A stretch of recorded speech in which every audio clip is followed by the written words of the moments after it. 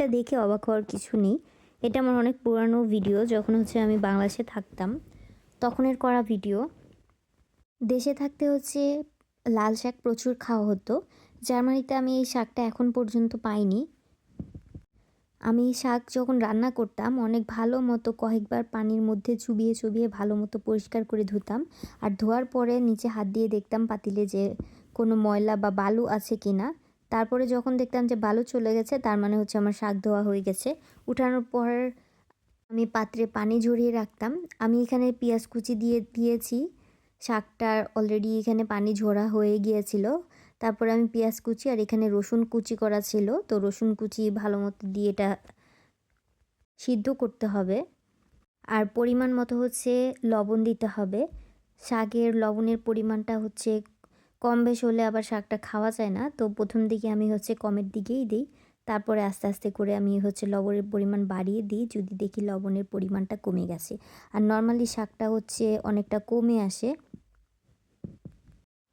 আর medium হিটে হচ্ছে আমি একটা পর্যায়ে রেখে দিই। আর আস্তে আস্তে করে হচ্ছে শাকটা নেড়েচেড়ে দিতে হচ্ছে। আর চাইলে অনেকে হচ্ছে শাকটা কুচি করেও নেয়। আমি মাঝে মাঝে হচ্ছে আবার লাল শাক কুচি করেও দিতাম। তো এক এক সময় হচ্ছে আমি এক একভাবে রান্না করতাম। শাকটা ঢেকে দিলে অটোমেটিক হচ্ছে আস্তে আস্তে করে হচ্ছে পানি ছেড়ে দিবে। শাকে কিন্তু পানি দিয়ে রান্না করতে হয় না, আস্তে আস্তে করে হচ্ছে নেড়ে দিতে হবে। আর যেহেতু পানিটা বের হয়ে এসেছে, তো এই পর্যায়ে হচ্ছে আর ঢাকা দেওয়া যাবে না, ঢাকনা ছাড়া হচ্ছে আবার রান্না করতে হবে। পানিটা শুকিয়ে গেলে তারপর হচ্ছে অন্য একটা কড়াই নিব। কড়াই নেওয়ার পরে সেটাকে হচ্ছে একটু যে কাঁচা মরিচ পেঁয়াজ এগুলো দিয়ে হালকা একটু ভেজে নিতে হবে।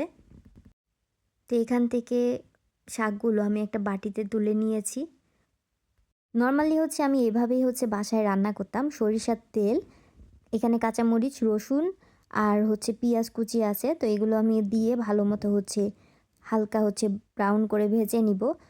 তো একটু পরপর নাড়তে থাকবো যতক্ষণ না হচ্ছে ব্রাউন কালার হয়ে যাচ্ছে, কারণ হচ্ছে নিচে আবার পুড়া লাগতে পারে। তো ব্রাউন হয়ে যাওয়ার পরে আমি হচ্ছে এখানে আবার লাল শাক যেগুলো আমি বাটিতে তুলে রেখেছিলাম সেই শাকগুলো দিয়ে দিচ্ছি।